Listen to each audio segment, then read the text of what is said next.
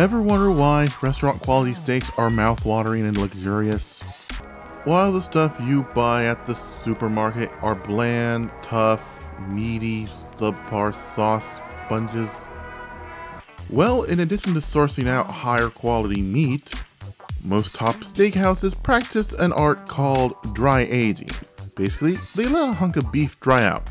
That way, it intenses any beefy flavor it has.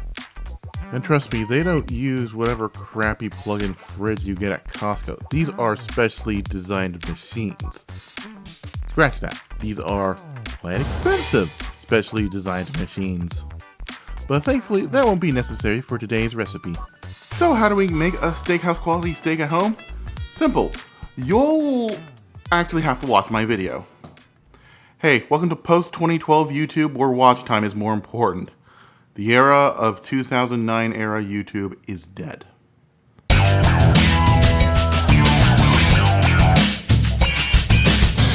Okay, let's begin. And yeah, if this outfit looks familiar, I'm filming this the same day as the sous vide flank steak episode. It's a long, complicated story, but anyway, let's get to the meat. You can dry age anything, but I'm going to go with ribeye. Specifically, prime ribeye. Yeah, it's prime. You can tell by the sticker right here. And on top of that, it had lots of nice intermuscular fat. Now, I understand prime beef is a little hard to come by, but you can get this at Costco for relatively cheap prices. Keyword, relatively cheap. And you might have noticed I'm wearing rubber gloves.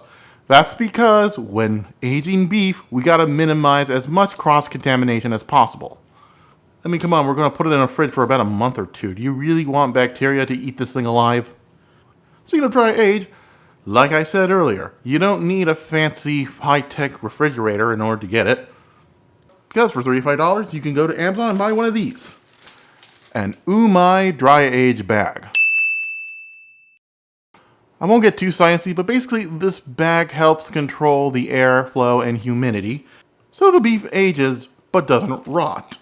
All right, let's begin.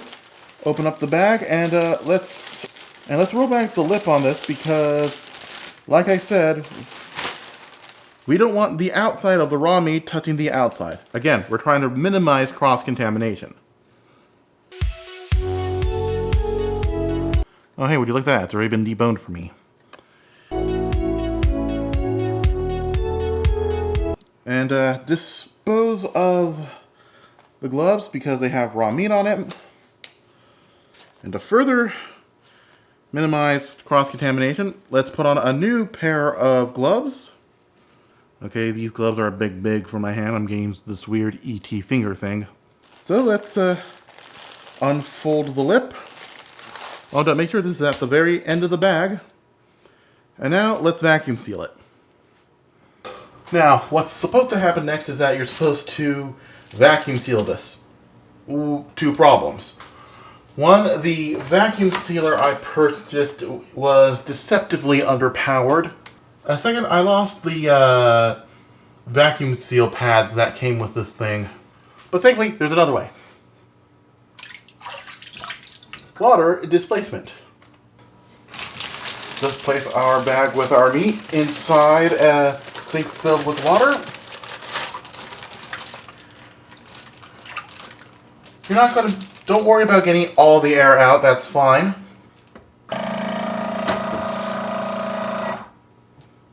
A little trigger happy, aren't we? And let's seal the bag nice and tight.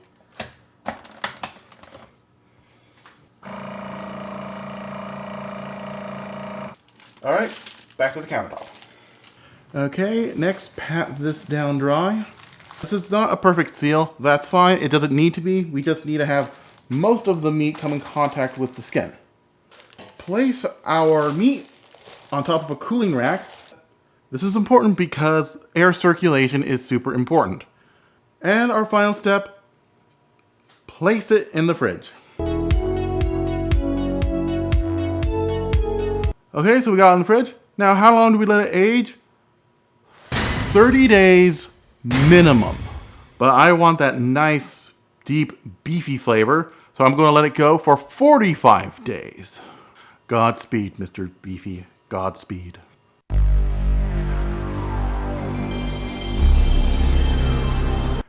It's been 45 days, and hopefully no one of geopolitical importance died between those days because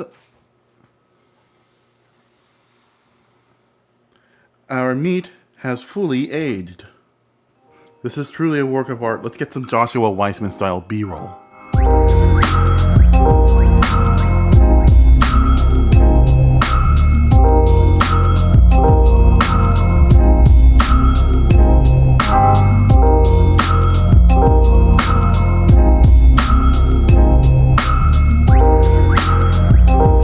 Don't worry about the mold. This is called Penicillium nalgiovense.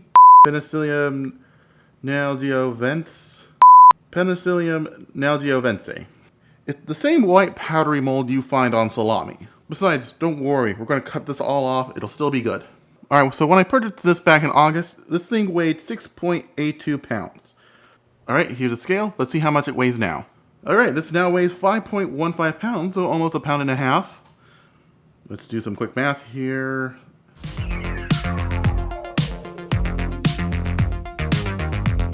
So that's a weight loss percentage of 24.5%. That's perfect. That's the percentage you want to aim for. I stalled long enough. Let's get to cutting. The first thing we gotta do is trim off this stuff. It's called pellicle, and you do not want to eat that, especially with the mold. Trim this off without cutting too much of the inner meat.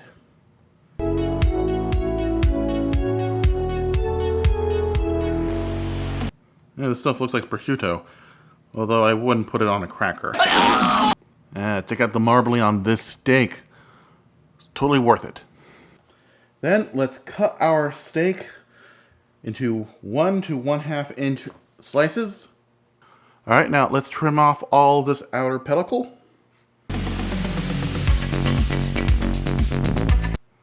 And voila, a nice, beautiful, dry-aged steak waiting to be cooked. Alright, let me trim up the rest of the steak, and alright, that side of beef produced about 5 steaks total. And this is how much pellicle we had to remove. Correction, what I had to cut off. You're just a viewer listening to this video to drown out the noise caused by the TV in the other room, which is tuned to cable news. Fox, CNN, MSNBC, Sky, they're all the same to me. They're just to keep the boomers outraged and addicted. So, what can we do with the pellicle? Some people like to keep them. I don't know. Do you really want this ground up in your burger? You do? Either you're an adventurous eater or your standards for quality are super low. Anyway, I have no use for these. I'm going to toss them. Oh, another thing dry aging does, it tenderizes the meat. You see, not only are you getting more intense flavor, but all the enzymes within the meat are breaking down the connective tissue. Let me just press down my thumb. As you can see, it leaves a pretty noticeable indentation. It kind of feels like super meaty modeling clay. Don't know if it'll make good pottery, but maybe I'll try it one day.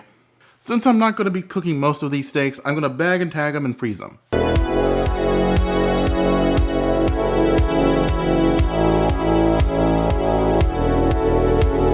Alright, now that they're all bagged and sealed, you can put these in the freezer. Stash them away in the fridge. Or since it's already under vacuum seal,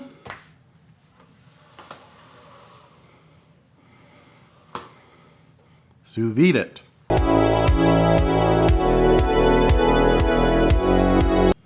Now medium rare is at 135-ish, but I'm going to set the sous vide to 127 degrees Fahrenheit. I'm setting it below medium rare because by the time I fry it up in the pan, it's going to heat back up and raise the temperature. So I'm playing it safe. I'm doing 127 degrees Fahrenheit.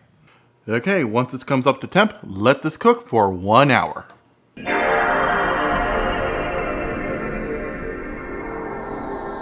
Okay, it's been an hour and our steak is done cooking. And yes, this looks like the meat equivalent of seasonal depression, but that is until we fry it up on a pan. And that's what we're going to do. I have here a cast iron skillet, and we're going to set that over high heat. Let that heat up for 5 minutes. Okay, once the pan heats up, let's toss in a tablespoon of oil. And let's place our steak in the pan.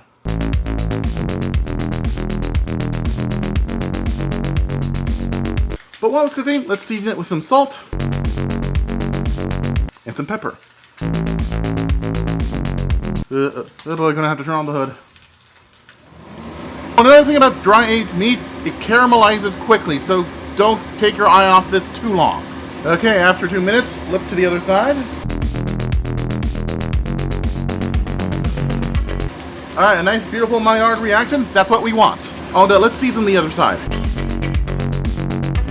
Oh, and since this is an extra thick cut of steak, let's sear the sides as well.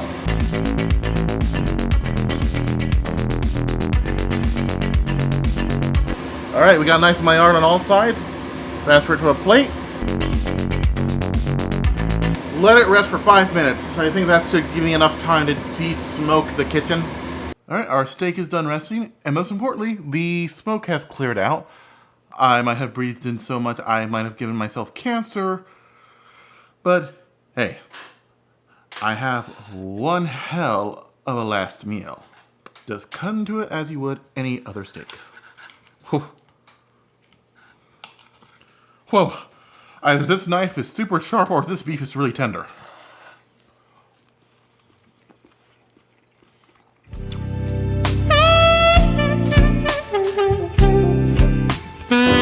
Finally, I know what real meat tastes like. And I'm letting you know right now, once you know how to nail this, you don't have to take your date to a fancy restaurant anymore. Just whip up one of these. She's gonna go up a few dress sizes a few months in, but hey. Bones are for dogs. This has been Chase Cutting Kitchen. I'm J.R. Dane, making cooking fun and meaning it this time. Thanks for watching. If you enjoyed the video, smash the like button. If you really enjoyed the video, become a subscriber and hit the bell notification icon. I upload every Thursday. Don't forget to follow me on Twitter, Instagram, TikTok, and support me on Patreon. Seriously, I do not understand the appeal of late 2000s era YouTube. What was so innovative and groundbreaking about a cross-dressing white dude crying about Britney Spears?